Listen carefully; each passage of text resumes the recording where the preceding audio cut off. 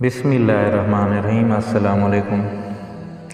دوستو، کیا آپ جانتے ہیں کہ اللہ تبارک و تعالیٰ کا عرش کیا چیز ہے اور یہ کہاں پر ہے، اور اللہ تبارک و تعالیٰ کے عرش کی شکل و صورت کیسی ہے، اور اللہ تبارک و تعالیٰ نے اپنے عرش کو کب پیدا فرمایا اور اس کو کس چیز سے بنایا گیا، اور اللہ تبارک و تعالیٰ کا عرش کتنا بڑا ہے، اللہ تبارک و تعالیٰ کے عرش کو اٹھانے والے فرشتوں کی تعداد کتنی ہے، اور وہ فرشتے کتنے بڑے ہیں اور ان کے پاس کتنی طاقت ہے۔ پیارے دوستو، آج کی اس ویڈیو میں ہم آپ کو عرش الہی کے بارے میں بہت ہی دلچسپ اور پر اسرار معلومات فراہم کریں گے، جس کو سن کر آپ کا ایمان تازہ ہو جائے گا۔ پیارے دوستو، جب اس کائنات کے اندر کوئی بھی چیز موجود نہ تھی اور کسی بھی چیز کو اللہ تعالیٰ نے تخلیق نہیں فرمایا تھا، اس وقت صرف اور صرف اللہ تبارک و تعالیٰ کی ذات وحدہ لا شریک موجود تھی، تو اللہ تعالیٰ نے اپنی ذات کے بعد سب سے پہلے جس کو تخلیق فرمایا وہ اللہ تعالیٰ کے پیارے حبیب حضرت محمد صلی اللہ علیہ وآلہ وسلم کی ہستی تھی۔ اللہ تعالیٰ نے سب سے پہلے اپنے نور میں سے اپنے پیارے حبیب حضرت محمد صلی اللہ علیہ وآلہ وسلم کے نور کو تخلیق فرمایا، اس کے بعد کل کائنات کو بنایا گیا۔ اسی طرح اللہ تعالیٰ نے سب سے پہلے اپنے حبیب حضرت محمد صلی اللہ علیہ وآلہ وسلم کے نور کو پیدا فرمایا۔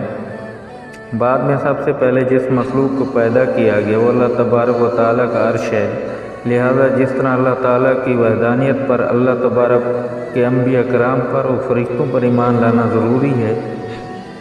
اسی طرح اللہ تعالیٰ کے عرش پر بھی ایمان لانا ضروری ہے۔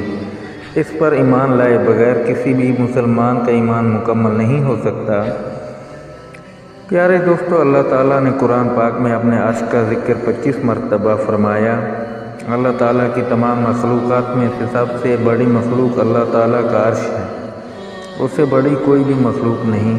پھر چاہے وہ زمین و آسمان، سورج، چاند، ستارے اور فرشتے ہی کیوں نہ ہوں۔ عرش الہی اللہ تعالیٰ کی وہ مخلوق ہے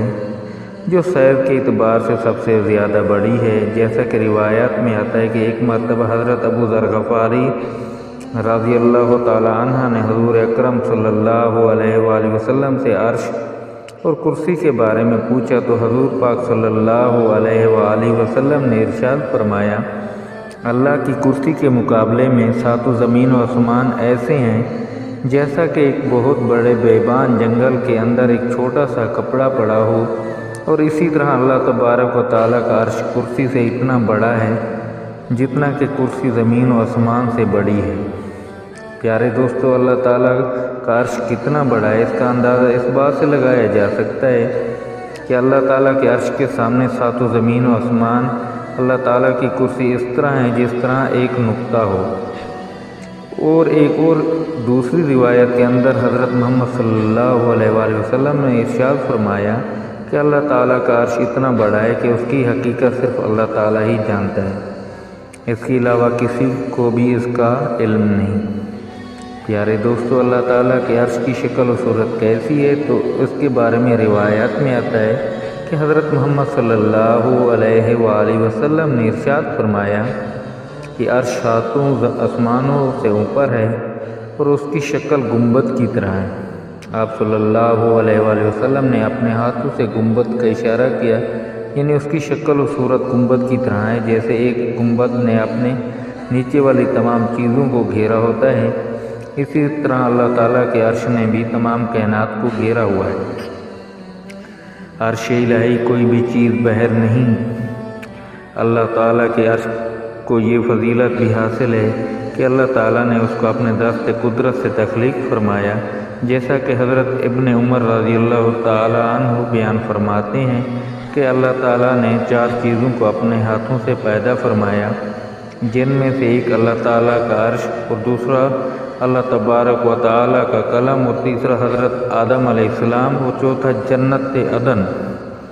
اسی طرح ان 4 چیزوں کو فضیلت حاصل ہے کہ اللہ تعالیٰ نے ان کو اپنے ہاتھوں سے پیدا فرمایا، اور باقی تمام مخلوقات کو اللہ تعالیٰ نے لفظ کن سے پیدا فرمایا۔ چنانچہ اللہ تعالیٰ نے حکم فرمایا کن، یعنی ہو جا، تو تمام مخلوقات پیدا ہوگی، پیارے دوستو، اللہ تبارک و تعالی قرآن پاک میں ارشاد فرماتا ہے، اس زمین پر جو کچھ بھی ہے وہ فنا ہونے والا ہے اور رب ذوالجلال کی ذات باقی رہنے والی ہے۔ جو صاحب جلال ہے، پیارے دوستو، اس کائنات کے اندر جو کچھ بھی ہے وہ ایک نہ ایک دن فنا ہوگا اور ہر چیز کو فنا ہونا ہے، لیکن 8 چیزیں ایسی ہیں جو کبھی فنا نہیں ہوں گی، جن میں سے ایک اللہ تبارک و تعالیٰ کا عرش ہے جو کبھی فنا نہیں ہوگا، یہ ہمیشہ ہمیشہ قائم رہے گا۔ اسی طرح اللہ تبارک و تعالیٰ کے عرش کو یہ خصوصیت بھی حاصل ہے کہ یہ کبھی فنا نہیں ہوگا۔ اللہ تبارک و تعالیٰ کا عرش تمام مخلوقات میں سے سب سے وزنی مخلوق ہے، اس سے زیادہ وزنی والی کوئی مخلوق نہیں۔ پیارے دوستو، عرش الہی کو اللہ تبارک و تعالیٰ کا سب سے خاص قرب حاصل ہے، اس سے زیادہ کوئی بھی چیز اللہ تعالیٰ کے قریب نہیں۔ جس طرح تخت کے پائے اور پہلو ہوتے ہیں، اسی طرح اللہ تعالیٰ کے عرش کے پائے اور پہلو بھی ہیں، جیسا کہ حدیث پاک میں آتا ہے کہ حضور پاک صلی اللہ علیہ وآلہ وسلم نے ارشاد فرمایا، قیامت کے دن تمام لوگ مدہوش ہوں گے اور سب سے پہلے میری قبر کھلے گی، لیکن پھر بھی حضرت موسیٰ علیہ السلام مجھ سے پہلے اللہ تبارک و تعالیٰ کے عرش کا پایہ تھامے ہوئے کھڑے ہوں گے۔ اس حدیث پاک سے واضح طور پر یہ بات ثابت ہوتی ہے کہ اللہ تبارک و تعالیٰ کے عرش کے پائے بھی ہیں اور حضرت موسیٰ علیہ السلام قیامت کے دن اللہ تبارک و تعالیٰ کے عرش کے ایک پائے کو تھامے ہوئے کھڑے ہوں گے۔ اللہ تبارک و تعالیٰ نے اپنے مخصوص فرشتوں کو بھی پیدا فرمایا جو اللہ تبارک و تعالیٰ کے عرش کو انہی پایوں سے اٹھائے ہوئے ہیں۔ پیارے دوستو، اللہ تبارک و تعالیٰ کا عرش سب سے اعلیٰ اور بلند ترین مخلوق ہے۔ اللہ تبارک و تعالیٰ نے اس کو پیدا فرما کر اپنی تمام مخلوقات میں سے اس امتیاز فرمایا اور سب سے زیادہ بلندی عطا فرمائی۔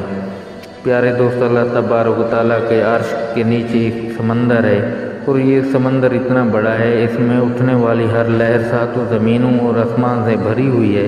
حضرت علی اور ابن عمر رضی اللہ تعالیٰ عنہ سے روایت ہے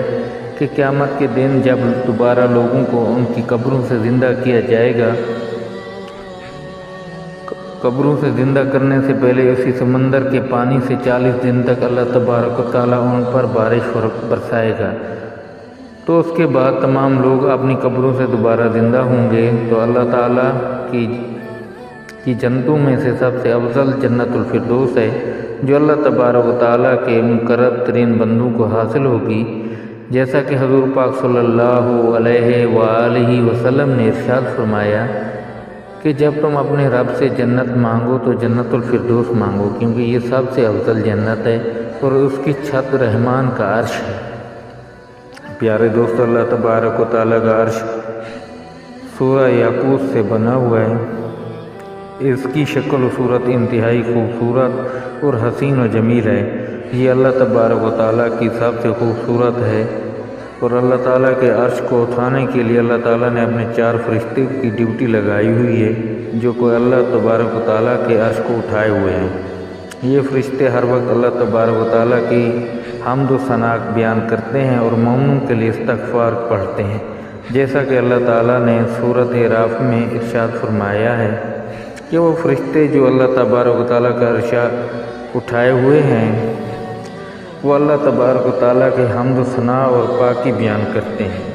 اور مومنوں کے لیے استغفار پڑھتے ہیں۔ اسی طرح اللہ تعالیٰ کے عرش کے ارد گرد بہت سارے فرشتے ہیں جو ہر وقت اللہ تبارک و تعالیٰ کے حمد و ثنا بیان کرتے ہیں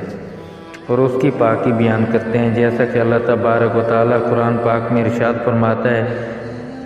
کہ تو دیکھیے گا کہ عرش کے ارد گرد گھیرا ڈالے ہوئے فرشتے اللہ تبارک و تعالیٰ کی حمد و ثنا پڑھتے ہیں۔ پیارے دوستو، اللہ تبارک و تعالیٰ کا عرش اٹھانے والے فرشتے اتنے بڑے ہیں کہ اگر 7 زمینوں اور سمندروں کا پانی ان کے انگوٹھے کے ناخن میں رکھ دیا جائے تو ایک قطرہ بھی نیچے نہ گرے، جیسا کہ ان فرشتوں کے متعلق حضور پاک صلی اللہ علیہ وآلہ وسلم نے ارشاد فرمایا، اللہ تبارک و تعالیٰ کا عرش اٹھانے والے فرشتے سے ایک فرشتہ ایسا ہے کہ اس کے کان کی لو سے کندھے تک کا سفر 700 سال کا ہے۔ پیارے دوست، اس حدیث پاک سے بخوبی اندازہ لگایا جا سکتا ہے کہ جب اس فرشتے کی کان کی لو سے کندھے تک کا فاصلہ اتنا زیادہ ہے تو یہ فرشتہ خود کتنا بڑا ہوگا، اور جب یہ فرشتہ خود اتنا بڑا ہے اللہ تبارک و تعالیٰ کا عرش کتنا بڑا ہوگا جس کو 4 فرشتے اٹھائے ہوئے ہیں۔ اللہ تبارک و تعالیٰ کی پاکیزہ ذات وہ ذات ہے جو سمجھ میں بالاتر ہے۔ پیارے دوستو، جب اللہ تبارک و تعالیٰ کا عرش اتنا بڑا ہے تو اللہ تبارک و تعالیٰ کی ذات کتنی بڑی ہوگی، یہ اللہ تبارک و تعالیٰ ہی جانتا ہے۔ اللہ تعالیٰ سے دعا ہے کہ اللہ پاک ہم سب کو ہر وقت اللہ پاک کی حمد و ثنا کرنے کی توفیق عطا فرمائے، آمین یا رب العالمین۔ امید کرتے ہیں آپ کو ہماری یہ ویڈیو پسند آئی ہوگی، لہذا لائک اور سبسکرائب ضرور کریے گا۔ اللہ حافظ۔